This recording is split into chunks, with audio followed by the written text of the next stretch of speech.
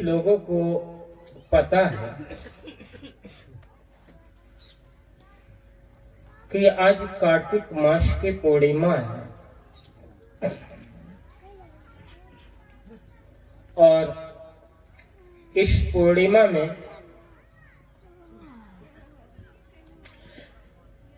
हमें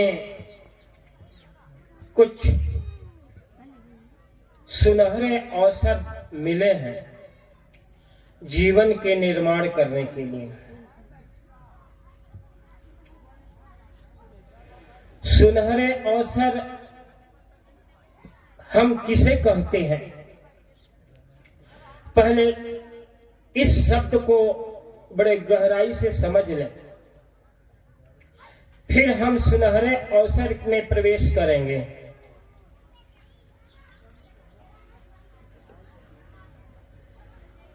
सुनहरा का अर्थ है कि जो देखने में, अनुभव करने में, सुनने में हमें प्रीतिकर लगे, प्रमोद से भर दे, आनंद से भर दे,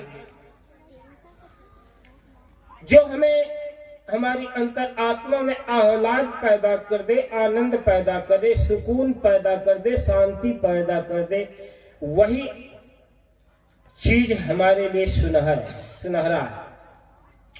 अवसर का मतलब समय, क्योंकि ये सत्संग 1.25 घंटे के बाद में, फिर पता ना साल भर के बाद हो या न हो, ये सुनिश्चित नहीं है। तो जो वर्तमान समय है, जो प्रेजेंट टाइम है, और उस प्रेजेंट टाइम में जो हम अपने भले के लिए, अपने कल्याण के लिए, अपने सुकून और शांति के लिए यदि हम अवसर निकालते हैं, तो इससे बड़ा सौभाग्यशाली और सुनहरा अवसर हमारे जीवन में कुछ भी नहीं है।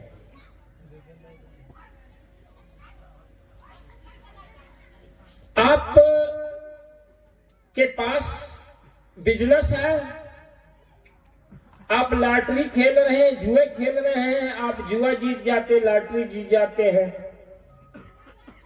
बिजनेसमैन है, बिजनेस में बहुत बड़ी तरक्की पा लेते हैं, आपके लिए वो सुनहरा अवसर नहीं है। वह आपके जीवन में उपलब्धि है। उपलब्धि को सुनहरा अवसर मानने की भूल कभी भी मत करना,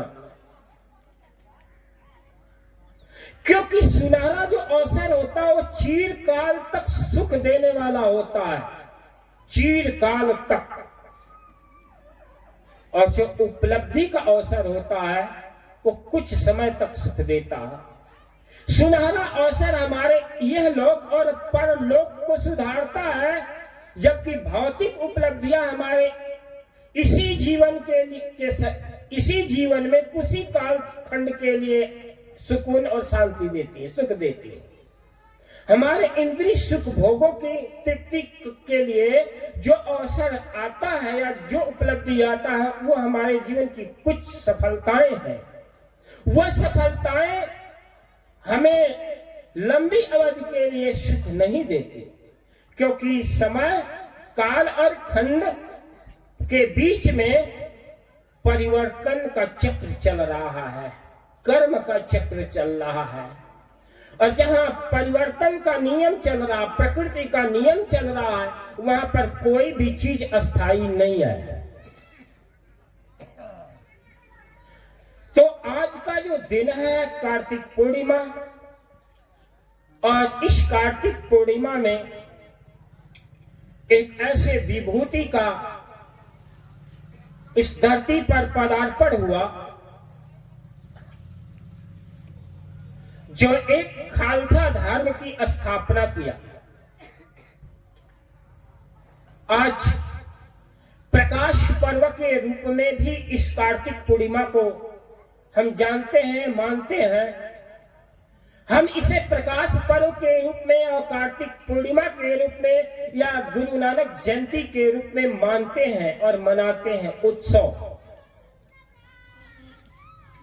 आज कौन ऐसा मनुष्य है जो नानक देव को नहीं जानता। जिन्होंने अपने जीवन में केवल एक ही बात सिखाई, उन्होंने बहुत सारी बातें नहीं बताई, उन्होंने एक ही बात बताई, सेवा परमो धर्म।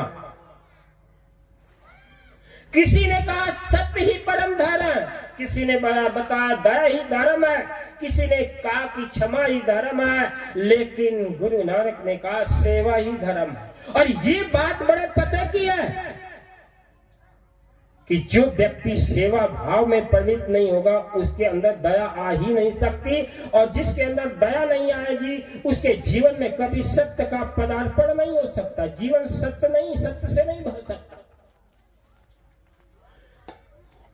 तो नानक देव जमीन से जुड़ी ही बात बताई, और जमीन से जुड़ी ही बात बताई ही नहीं, अपने अनुयायियों को जमीन पर चलना सिखाया।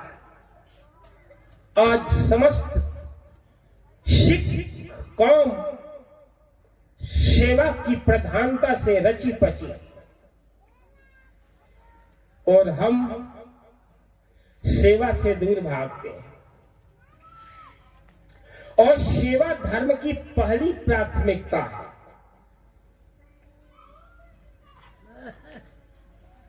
गुरु नानक ग्रंथ में कबीर की बातें भी हैं, नानक की भी बातें हैं, लगभग 10 गुरुओं की बातें हैं। गुरुओं की बातें हमें जीवन के समीकरण को सिद्ध करना सिखाती हैं। जीवन एक गणित है, और गणित में अगर कोई भी अंक कम या ज्यादा हो गया तो गणित का उत्तर गलत निकलता है। अगर सही अंक सिद्ध हुआ तो हमारा प्रश्न पत्र या सवाल पूरा का पूरा हल होता है। उसी तरह से जीवन में धर्म से युक्त, सदाचार से युक्त, कर्म और निष्ठा, उपासना, सदाचार, नैतिकता, शिष्टाचार, मर्यादा, ये जीवन समीकरण के एक अंग हैं। और जो इन अंगों को आत्मसात करके जीता है वही व्यक्ति सफल जीवन जी पाता है। मैं एक संस्मरण पढ़ रहा था न्यूटन का। बोले कबीर के बीच में न्यूटन कहां घुस गया, लेकिन न्यूटन के बगैर काम नहीं चलता। अगर कबीर खड़े तो न्यूटन भी है, नानक भी है, हम भी हैं और आप भी हैं। जीवन सुव्यवस्थित हो, जीवन सुसंस्कृत हो, जीवन सारगर्भित हो तो जीवन बहुयामी हो जाता है। बहुयामी, बहुत रूपों में आयाम बदलता है, करवटें बदलते हैं। क्यों बदलते हैं? क्योंकि नींद में खलल पड़ती है। हम भोजन बदल बदल कर क्यों लेते हैं? क्योंकि हमें स्वाद का रस और हमारे शरीर को पौष्टिक आहार चाहिए, इसलिए हम भोजन बदल बदल कर लेते। करवटें हम इसलिए बदलते हैं ताकि हमारे शरीर में सुकून और आनंद की नींद आए। अन्यथा अगर आपको गहरी नींद आती हो तो आपको करवटें बदलने की जरूरत ही नहीं है। जिस व्यक्ति को नींद नहीं आती है वो चारपाई पर या बेड पर रात भर करवटें बदलता ही रहता है। वो प्रयास करता है, प्रयत्न करता है कि कम से कम मुझे नींद आ जाती, लेकिन नींद आने की जो उसके प्रयत्न है, करवट बदलने की जो प्रक्रिया है कि किसी तरह से नींद आ जाए, लेकिन फिर भी नींद नहीं आती। क्यों? इसका रीजन, इसका कारण आपने कभी सोचा? तो नींद ना आने के 2 कारण हैं, विचारों का और दूसरा शरीर की स्नायु का कम होना। जब आपके शरीर की स्नायु तंत्र दुर्बल हो जाती है, नस नाड़ियां शिथिल पड़ जाती है, खून का प्रवाह कम हो जाता है तो नींद कम आती है। इसलिए जो बुजुर्ग हो जाते हैं, बूढ़े हो जाते हैं, उसकी नर्वस सिस्टम कमजोर हो जाती है, नस नाड़ियों में खून प्रवाह धीरे गति होता है, तो उनको नींद कम हो जाती है, करवटें बदलते हैं। या फिर जवान अपनी जवानी की दालीज में हो और अपने मन को कहीं फंसा लिए हो। अब समझ सकते हैं कहां आदमी फंसाता है मन। अब मन फंसा दिया तो किसी ख्वाबों में रहेगा, सपने लेगा, विचारों में उलझा हुआ होगा, तो फिर करवटें बदलता रहेगा, उसे नींद नहीं आए। तो दो कारण है, पहला मेंटल कारण और दूसरा फिजिकल कारण। नस नाड़ियों का कमजोर हो जाना और दिमाग का कमजोर हो जाना, ये नींद की कमजोरी, कमी। तो यहाँ पर न्यूटन का एक संस्मरण आता है। न्यूटन बहुत पढ़ने में कमजोर था, या यूं कह लीजिए एकदम बिल्कुल गोबर गणेश था। न्यूटन पढ़ने में बहुत मेधावी नहीं था, तेज नहीं था, बहुत कमजोर था। और उस स्कूल में, जिस स्कूल में न्यूटन पढ़ रहे थे, वह एक बहुत खुराफाती लड़का था। और स्कूल में तो खुराफाती रहते हैं, और यहाँ टीचर बैठे होंगे, इनको पता है जब एक आध खुराफाती मिल जाता है तो क्या दुर्दशा होती है स्कूल में। वो किसी का कॉपी चुराता है, पेन तोड़ता है, थैला फाड़ता है, चिकोटी काटता है, कुछ न कुछ उल्टा सीधा करता रहता है, शरारत। तो एक शरारती था, बदमाश, और उसने न्यूटन को पकड़ करके घूसे मार दिया। और कहा जाता है दबा करके घूसा शरारती लड़का जो खुराफाती गुंडा था, न्यूटन को मारा। और जब न्यूटन को मार पड़ी घूसा की, तो नसें टेढ़ी हो गई।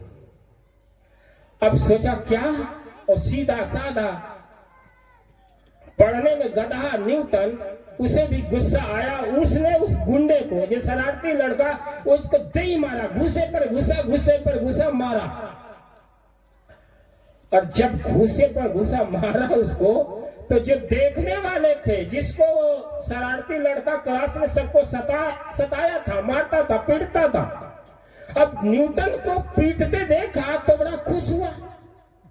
और वहीं से गुरुत्वाकर्षण का सिद्धांत निकल पड़ा।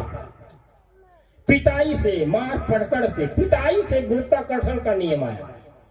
गुरुत्वाकर्षण का नियम क्या कहता है, जो चीज ऊपर फेंकेंगे वो नीचे आ जाती है। और न्यूटन अपने स्कूल में जब पढ़ने में ठीक नहीं था, कमजोर था, तो वो एकांत में रहा करता था। और जब उस लड़के, वो शरारती लड़के और न्यूटन के बीच में जब लड़ाई हुई, तो एकदम इसी बात पर गौर करने लगा कि उसने मुझे मारा क्यों। और जब मैंने इसे मारा, उसने मुझे मारा और मैंने उसे मारा, उसके बीच में जो उसकी फीलिंग आई, जो एहसास हुआ, उसी पर रिसर्च करने लगा। यहां वेदांत की बातें मैं बताऊंगा, और लोग कहेंगे यहां कबीर या वेदांत या न्यूटन घुसे जा रहे हैं। लेकिन यहाँ समीक्षात्मक अध्ययन, मैं कहा कि जीवन एकांकी जीवन नहीं है, जीवन बहुयामी है। और बहुयामी जीवन ही व्यक्तित्व विराट में सहयोगी है।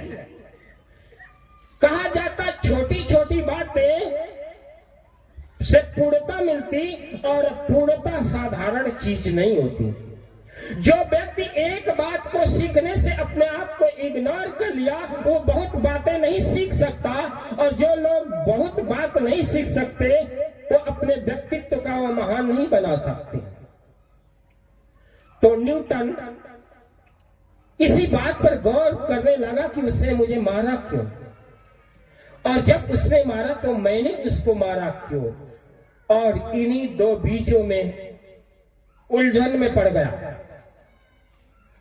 और कहा जाता है उलझन कब होती है, प्रॉब्लम कब क्रिएट होता है, जब हम किसी को एनालिसिस नहीं करते हैं, उस पर शोध नहीं करते हैं।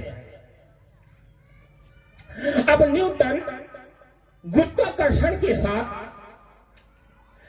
तमाम प्रकार की चीजों को खोज की, पंचक्की की खोज की, सूर्य की घड़ी की खोज की और बहुत सारी चीजों की खोज की। उसी गुरुत्वाकर्षण के नियम के आधार पर न्यूटन वो स्कूल में कमजोर लड़का, इंग्लैंड का, यूके का एक बहुत सफल वैज्ञानिक बन गया। प्रतिभा, कौशल किसी व्यक्ति की मोहताज नहीं होती, और किसी परिवेश में, किसी समय में, काल में क्यों ना हो, परंतु प्रतिभा विकास के लिए वक्त और समय जरूर मायने रखता है।